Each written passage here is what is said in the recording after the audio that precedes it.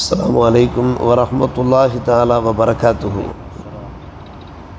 بسم الله الرحمن الرحيم.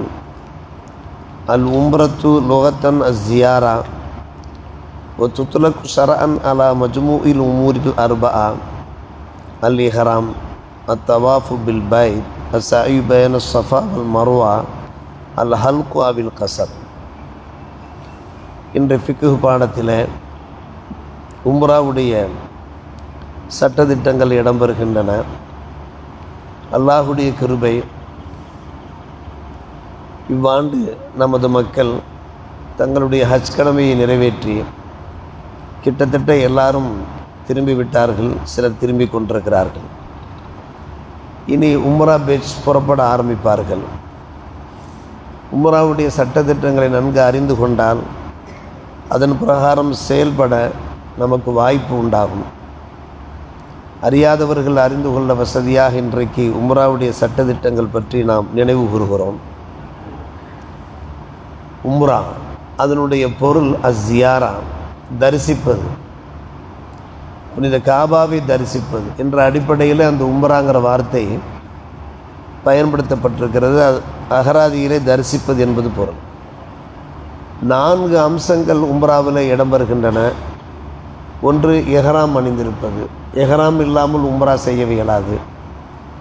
Number 2, புனித மக்கா பிரவேசித்த மாத்திரத்தில் புனித காபத்துல்லாவை தவாப் செய்வது, வலம் சுற்றுவது. நம்பர் 3, சஃபா மருவாவுக்கு மத்தியில் தொங்கோட்டம் ஓடுவது. நம்பர் 4, இறுதியாக கடைசியாக ஒன்று தலையிலே முடியை ஒரேடியாக இறக்கிக் கொள்வது அல்லது கட் பண்ணி கொள்வது. இந்த 4 விஷயங்கள் தான் உம்ரா. இதில் 2 ஃபரலாக இருக்கிறது, 2 வாஜிபாக இருக்கிறது. எஹ்ராம் அணிவது ஃபரல். எஹ்ராம் இன்றி உம்ரா இல்லை.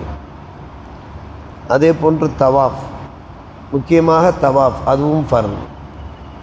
தவாஃப் இன்றி உம்ரா இல்லை. இது ஃபர்லுடைய ஸ்தானத்தில் இருக்கிறது. இது இல்லாமல் உம்ரா நிறைவேறாது. மீதம் 2 வாஜிபுடைய ஸ்தானத்தில் இருக்கிறது. வாஜிபை விட்டால் அங்கே தம்மு கொடுக்க வேண்டும், குர்பானி கொடுக்க வேண்டும். அதுதான் வாஜிபு என்பது. தம்மு கொடுத்து விட்டால் அந்த உம்ரா நிறைவேறிவிடும். அந்த 2 தான் என்ன? சஃபா மர்வாவுக்கு மத்தியில் சை செய்வது மற்றும் கடைசியாக தலைமுடியை இறக்குவது என்பது. இந்த 2ம் வாஜிபாக இருக்கிறது. ஒரு உம்ரா செய்ய விரும்புகிற போது உம்ராவுக்கான எல்லை, இஹ்ராமுக்கான எல்லை இருக்கிறது. அந்த எல்லையை கடக்கிற போது இஹ்ராமோடு கடக்க வேண்டும். நிய்யத்தோடு, அந்த உம்ராவுடைய நிய்யத்தோடு கடக்க வேண்டும்.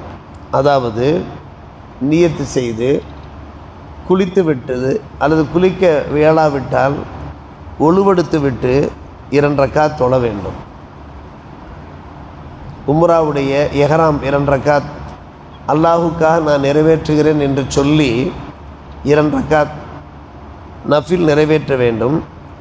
நிறைவேற்றிவிட்டு உம்ராவுடைய நிய்யத்தோடு ஒரு துவா ஓத வேண்டும். அல்லாஹும்ம இன்னி உரீதுல் உம்ரத்தை ஃபயஸ்ஸர்ஹாலி வத்தகப்பல்ஹா மின்னி யா அல்லாஹ், உனக்காகவே நான் உம்ராவை நியத்து செய்யணும், அது எனக்கு லேசாக்கி கபூல் செய்வாயாக.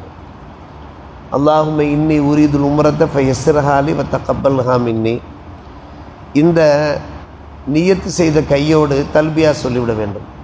லப்பைக் அல்லாஹும்ம லப்பைக், லப்பைக் லா ஷரீக லக லப்பைக், இன்னல் ஹம்த வன் நிஅமத லக வல் முல்க் லா ஷரீக லக் என்கிற அந்த தல்பியாவை முழங்க வேண்டும். மாஷா அல்லா. இப்படி தல்பியா சொல்லிக்கொண்டே மக்காவிலே பிரவேசித்த கையோடு புனித காபா சென்று அடைந்து 7 முறை வலம் சுற்ற வேண்டும்.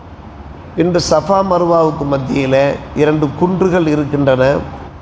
இன்ன சஃபா வல் மருவத்த மின் ஷாயிரில்லா என்று அல்லாஹ் குர்ஆன் ஷரீஃபில் எடுத்து ஓதுகிறான்.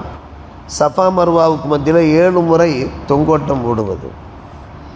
பின்பு அந்த சாயை நிறைவு செய்ததற்கு பின்னாலே முடி இறக்கி கொள்வது அல்லது முடி கட் பண்ணி கொள்வது. இந்த 4ம் நல்ல முறையில் செய்துவிட்டால் மாஷா அல்லாஹ், அல்லாஹுடைய கிருபையினாலே உம்ரா நிறைவேறிவிடும். இதை தாண்டி எந்த ஒரு சிரமமும் கிடையாது. மிகப்பெரிய பாக்கியம் பொருந்திய ஒரு விஷயம். ஒரு உம்ராவுக்கும் அடுத்த உம்ராவுக்கும் இடையிலான பாவங்கள் மன்னிக்கப்படுவதாக அன்னல பெருமானார் ரசூலே கரீம் ஸல்லல்லாஹு அலைஹி அவர்கள் அருள் இருக்கிறார்கள். வல்ல அல்லாஹ் வ அத்திமுல் ஹஜ்ஜ வல் உம்ரத்து லில்லாஹ் என்கிறான். நீங்கள் உம்ரா ஹஜ்ஜு செய்கிற போது அதை அல்லாஹுக்காக பூரணப்படுத்துங்கள் என்று கூறுகிறான்.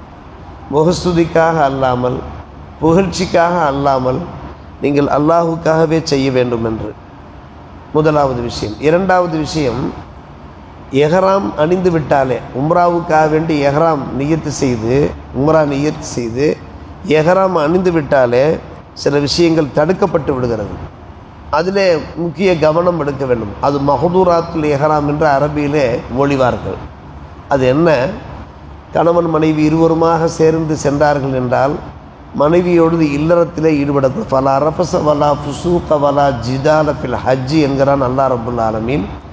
எனவே இருவரும் இல்லறத்தில் ஈடுபடக்கூடாது. அதே போன்று பாவமான செயலில் ஃபுசூக்கில் ஈடுபடக்கூடாது.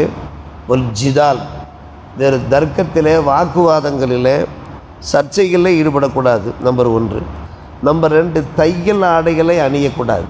உள்பனியன் கூட அணியக்கூடாது. உள்ளாடை எதுவுமே அணியக்கூடாது. நம்பர் 3, உம்ரா முடிகின்ற வரை தலைமுடி இறக்கக்கூடாது, முடியை கட் பண்ணவும் கூடாது, உடம்பிலே உள்ள எந்த முடியையும் கட் பண்ணக்கூடாது. நம்பர் 4, வாசனையும் பூசிக்கொள்ளக்கூடாது. உம்ராவுக்கு முன்னாலே, எஹ்ராம் அணிவதற்கு முன்னாலே உடம்பிலே வாசனை பூசிக்கொள்ளலாம், தவறொன்றும் இல்லை, பாவம் ஒன்றும் இல்லை. ஆனால் எப்போது எஹ்ராம் அணிந்து விட்டோமோ, உம்ரா நியத்து செய்து விட்டோமோ, பின்பு வாசனை திரவம் பூசக்கூடாது. அடுத்து நம்பர் 4, உம்ரா எஹ்ராம் அணிந்து விட்டாலே தலையோ முகத்தையோ மறைக்கக்கூடாது. வலா யுகத்தி ரஸஹு வலா வஜஹு, தலை திறந்த நிலைமையில் தான் பலர் தவறு செய்து விடுவார்கள். தலையில் துணியை போட்டு மறைத்து கொண்டிருப்பார்கள். நாம் அவர்களுக்கு அறிவுறுத்த வேண்டும், தலையையோ முகத்தையோ மறைக்கக்கூடாது. அடுத்து நம்பர் 6, நெகங்களை வெட்டக்கூடாது. வலா யுகல்லிமு அதுஃபாரஹு, அங்கே சென்று விட்டோம் என்றால், புனித ஹரம் ஷரீஃப் சென்று விட்டோம் என்றால், அங்கே எந்த ஒரு பட்சிகளையும் பிராணிகளையும் நாம் வேட்டையாடவும், எந்த ஜீவன்களையும் வேட்டையாடவும் கூடாது. இதோ இன்னிடத்தில் வேட்டை பிராணி இருக்கிறது, அதை வேட்டையாடி கொள்ளுங்கள் என்று இன்னொருவருக்கு சொல்லவும் கூடாது. அந்த வேலையிலே ஈடுபடக்கூடாது. இது எஹ்ராம் அணிந்த பின்பு, உம்ரா நியத்து செய்த பின்பு தடுக்கப்பட்ட ஒரு விஷயங்கள். இது எல்லோருமே கைடுகள் கைட்னஸ் பண்ணி கொண்டிருப்பார்கள், இவ்வாறெல்லாம் நீங்கள் நடந்து கொள்ளாதீர்கள் என்று. அடுத்து இந்த உம்ராவுடைய ஹுக்கும் என்ன என்று பார்த்தோம் என்றால், அது ஒரு சுன்னத்து முஅக்கதாவாக இருக்கிறது. ஒரு அருமையான ஒரு சுன்னத்து முஅக்கதா. ஆயுளிலே ஒரு முறையாவது, நம்முடைய ஜீவிய காலத்திலே, நம்முடைய உடம்பிலே உயிர் ஓடிக்கொண்டிருக்கிற வரை, நமக்கு சக்தி இருக்குமானால், வசதி இருக்குமானால், அல்லது சக்தி இல்லை, வசதி இல்லை என்று தட்டி கழித்து விடாமல் அதற்கான சக்தியை ஏற்படுத்தி கொள்ள வேண்டும். அதற்கான சம்பாத்தியத்தில் ஈடுபட வேண்டும். நல்ல நியத்தோடு, யா அல்லாஹ், நான் பொருளீட்டுகிறேன், செல்வம் சேகரிக்கின்றேன், இந்த செல்வத்தின் நோக்கம் நான் புனித மக்காவிற்கு செல்வது, உம்ரா செய்வது என்கிற முறையிலே அவ்வாறு செல்வத்தை சேகரித்து கொண்டு ஆயுளிலே ஒரு முறையாவது நாம் என்ன செய்ய வேண்டும்? அந்த உம்ரா செய்ய வேண்டும். வலஹா ஃபதுருன் கபீர், அதற்கு மிகப்பெரிய நன்மை இருக்கிறது. நாம் ஏற்கனவே சொல்லி ஆரம்பித்த அபூ ஹுரைரா ரலியல்லாஹு அன்ஹு அவர்கள் அறிவிப்பு செய்கிறார்கள். பெருமானார் ரசூலே கரீம் ஸல்லல்லாஹு அலைஹி அவர்கள் பகிர்ந்தார்கள், அல் உம்ரத்து இலல் உம்ரத்தி கஃபாரத்து லிமா பைனஹுமா, ஒரு உம்ரா அடுத்த உம்ராவுக்கு இடையிலான பாவங்களுக்கு அது ஒரு குற்ற பரிகாரமாக இருக்கிறது. வல் ஹஜ்ஜுல் மப்ரூர் லைஸ லஹு இல்லல் ஜன்னா, அங்கீகரிக்கப்பட்ட ஹஜ் இருக்கிறது, சுவனம் தவிர வேறு நற்கூலி இல்லை என்கிறார்கள் நபிகள் நாயகம் ஸல்லல்லாஹு அலைஹி வஸல்லம் அவர்கள். எனவே உம்ராவுக்கு என்று ஒரு தனிச்சிறப்பு இருக்கிறது. அது சுன்னத்து முஅக்கதா. வசதி இல்லாதவர்களும் கூட இன்றைய காலகட்டத்தில் ஹஜ்ஜு செய்கிறார், உம்ரா செய்கிறார். ஒரு நண்பர் நம்முடைய ஊரில், அவர் பள்ளிவாசல்களை சுத்தம் செய்யக்கூடிய நண்பர் தான். ஒரே ஒரு முறை உம்ராவுடைய ஒரு வாய்ப்பு கிடைத்தது நம் ஊரிலே உள்ள ஒரு நல்லவர் மூலமாக. அவர் கிட்டத்தட்ட 10 ஆண்டுகள் ஆகிவிட்டன, கடந்தோடி விட்டன. அவர் உம்ரா சென்று என்னை பார்க்கும் போதெல்லாம் கூறுகிறார், ஹஜ்ரத், என்னுடைய உயிர் இருக்கிறவர் இன்னும் ஒரு முறையாவது நான் உம்ரா செய்ய வேண்டும், நீங்கள் தான் அதற்கான ஏற்பாடுகள் செய்ய வேண்டும். வசதி வாய்ப்புள்ளவர்களிடத்தில் சொல்லி எனக்கு ஏற்பாடு செய்ய வேண்டும் என்று சொல்லி கொண்டிருந்தவர் சில மாதங்களாக நான் பணம் சேர்க்க ஆரம்பித்து விட்டேன். அதற்கென்று இப்போது குறிப்பிட்ட அளவுக்கு பணம் சேர்ந்திருக்கிறது. பாக்கி பணத்தையாவது தாங்கள் யாரிடத்திலேயாவது சொல்லி ஏற்பாடு செய்யுங்களே என்று.